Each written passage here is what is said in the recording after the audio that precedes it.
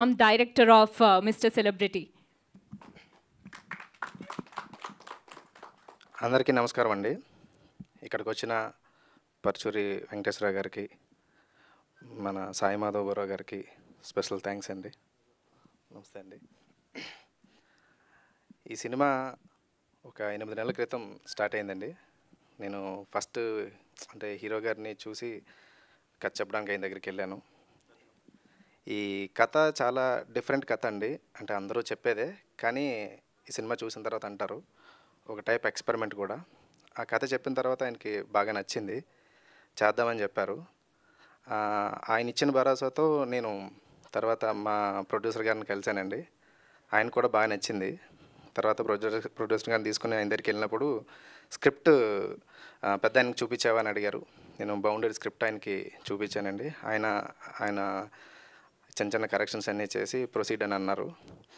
నా లైఫ్లో నాకు వచ్చిన ఒక పెద్ద అవార్డు కింద నేను అది ఫీల్ అవుతున్నానండి ఆ పుస్తకాన్ని. ఎందుకంటే సరస్వతి పుత్రులు ఆయన కలం నా పుస్తకం పైన పెట్టడం అనేది చాలా హ్యాపీగా ఫీల్ అయ్యాను.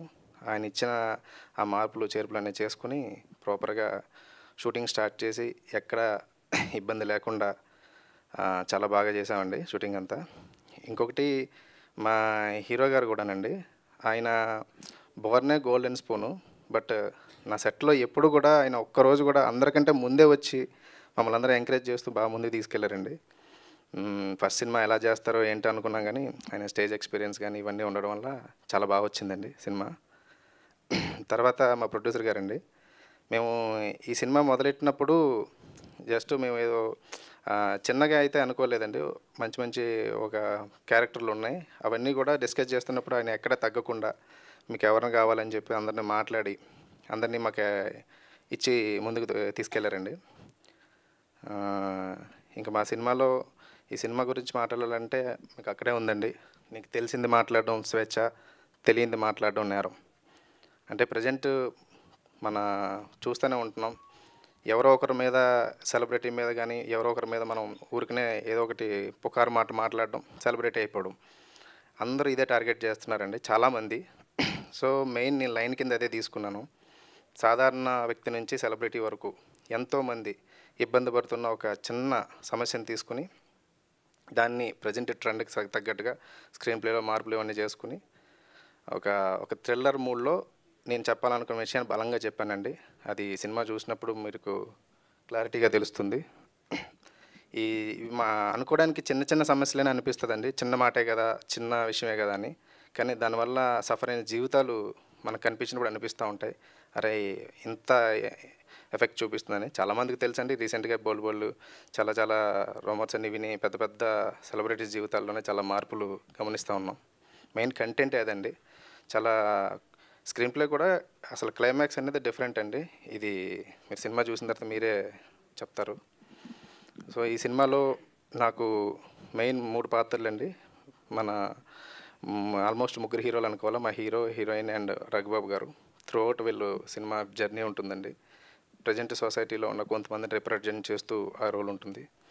అండ్ రఘుబాబు గారి సపోర్ట్ కూడా నేను అసలు మర్చిపోలేనండి లైఫ్లో. ఆయన కోఆపరేట్ చేసిన విధానం కానీ ఓవరాల్గా 22 డేస్ దాకా నేను ఆయనతో సినిమాలో జర్నీ చేశానండి. ఆయన కూడా అందరికంటే మాకంటే ముందే సెటిల్లో ఉండి మమ్మల్ని ఎంకరేజ్ చేస్తూ చాలా సపోర్ట్ చేశారు.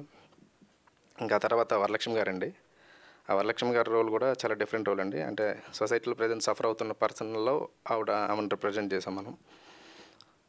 ఆవిడ కూడా చాలా బాగా కోఆపరేట్ చేశారండి. అసలు చాలా చాలా ఇన్సిడెంట్లు సెట్లో చాలా ఫెయిల్యూర్స్ అన్నీ ఉన్నాయి. అంటే జనరేటర్ పేలిపోవడం అలాంటి టైంలో కూడా మా కోసం అర్ధరాత్రి కూడా వితౌట్ క్యారీవాన్లో పవర్ లేనప్పుడు కూడా మాకు అక్కడ కూర్చుని సపోర్ట్ చేశారు ఆవిడ.